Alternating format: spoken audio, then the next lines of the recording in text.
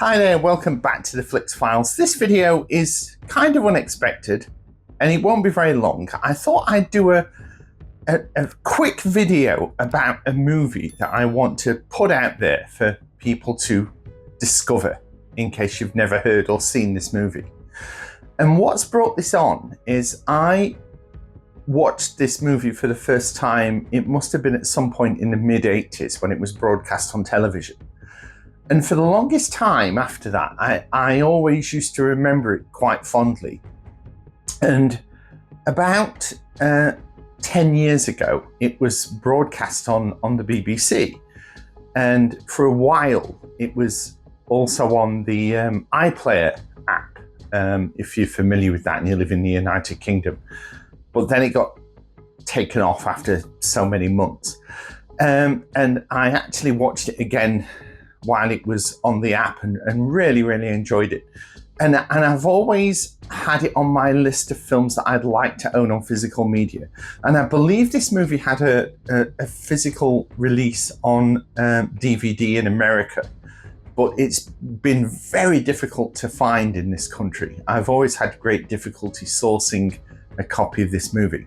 But what's brought on this video is I discovered this week that this film is actually now on YouTube in its entirety. I found a YouTube channel that uploads various movies. Whether it's legal or illegal, I'm not sure. But the channel seems to be monetized, so I'm assuming that it is legal and that there's no copyright involved with this particular film. But the film is called A Nightingale Sang in Berkeley Square, and it was released in 1980.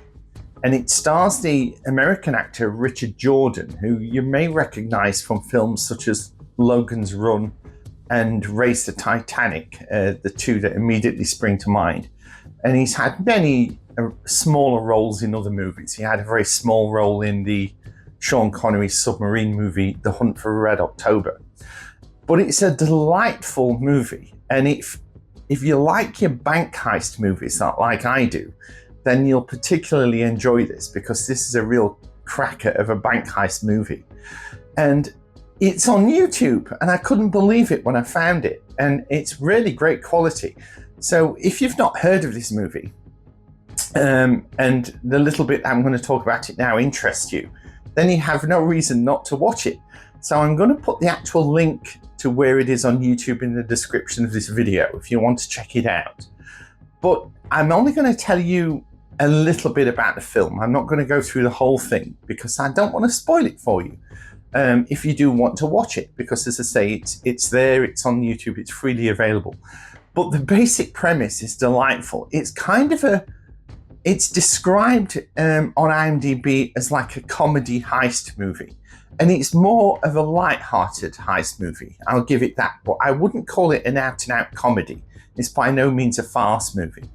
But the idea is very delightful. And Richard Jordan at the beginning of the movie is released from prison. And we learned that while he was in prison, he trained to be an electrician. So he's trying to get himself on the straight and narrow after coming out of prison. And he's working as an electrician, and he gets a job for like a security company, much like the Securicord that we used to have in the UK.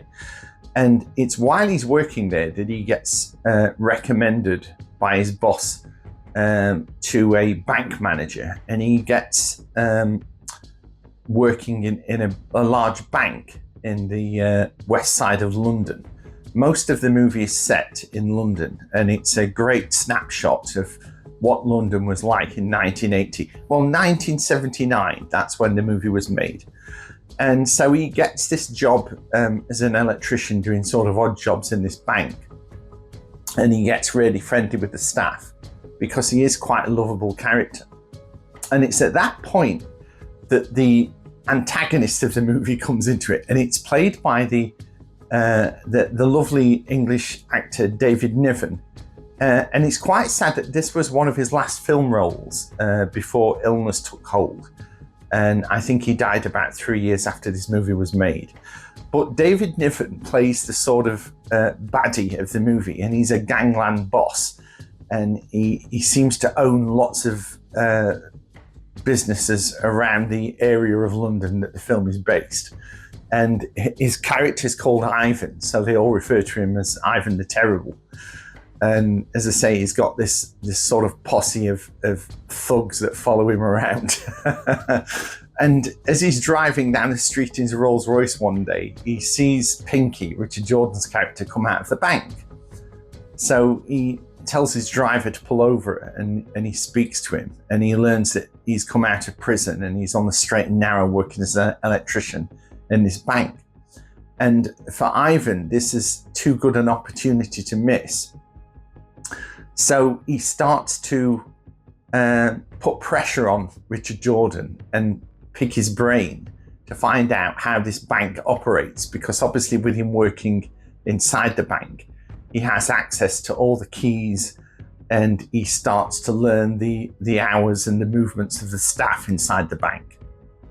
And it's there that the movie really takes off, and it has some terrific sort of set pieces in that David Niven puts pressure on Richard Jordan's character to find out what the actual numbers are on the 2 locks on the main safe in the bank, because that's the last piece of the puzzle that they need to do a heist on the bank and to just empty the place out.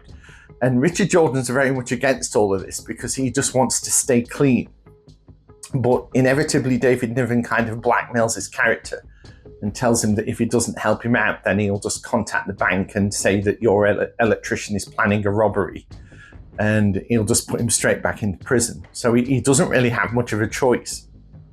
And it's just a delightful movie, a UK movie from that period in time. And it's one of my favorite parts in the film is where Richard Jordan is working in the bank, and he has to try and source the numbers of the locks as they say from the safe. And one of the jobs that he needs to do is to replace some lighting in the ceiling. So he has to remove some ceiling tiles, and he climbs up into the roof space. And while he's up there working, he accidentally punches his hammer through one of the ceiling tiles, thus creating like a small hole. And as he looks through the hole, he realizes that he's got an almost perfect vantage point on the bank vault door. But the trouble is he's quite a distance away from it, so he can't read the numbers as the 2 bank staff are sort of dialing them in on the door of this safe.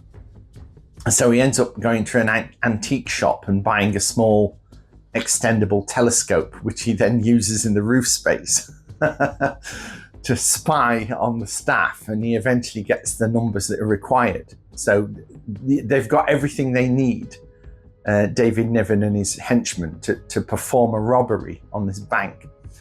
And that's all I'm going to say, because that's about halfway through the movie at that point, and I don't want to spoil it. If you have an interest in bank heist movies and you like movies that are made in England like I do, then please do give this a go. As I say, I'm going to put the link in the description. And yeah, I thought about doing a best of British, one of my best of British videos for this film, but I think that's pushing it a little bit far. I wouldn't call it one of the best British movies ever made. It does have some things about it that haven't aged really well. One of which is the music. The actual film score for this movie is very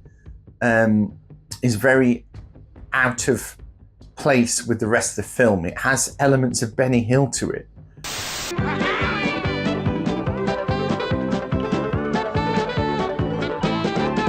And it's a bit of a bizarre score in places. But if you can get through that part of it, there's a lot to like in this movie. Richard Jordan obviously is terrific in this film. He had a real screen presence, and he died at quite an early age. I think he passed away in his early 50s. And it's a real shame, because I always liked Richard Jordan. I thought he had a great screen presence. and certainly the movies of his that I've seen him in, he was always riveting to watch. I always thought he was a great actor. So it's lovely seeing him front and center in this movie. And as an American in London as well, he's a little bit out of place, but he's such a lovable character that as the rest of the movie plays out and the police get involved with this bank raid, and it becomes a bit of a cat and mouse chase, you want him to kind of to escape. You don't want him to get caught and the movie ends where he's back in prison. So yeah, it's a delightful movie, and I just thought I'd do this little quick video to put it out there for people that are maybe not familiar with this film. And I don't think a lot of people are.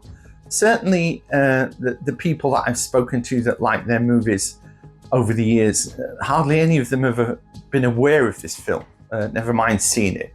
So it's nice that it's now there on YouTube for people to freely watch if they want to. And as I say, I will definitely get this on physical media if it does get a release in the United Kingdom at some point, which hopefully it will.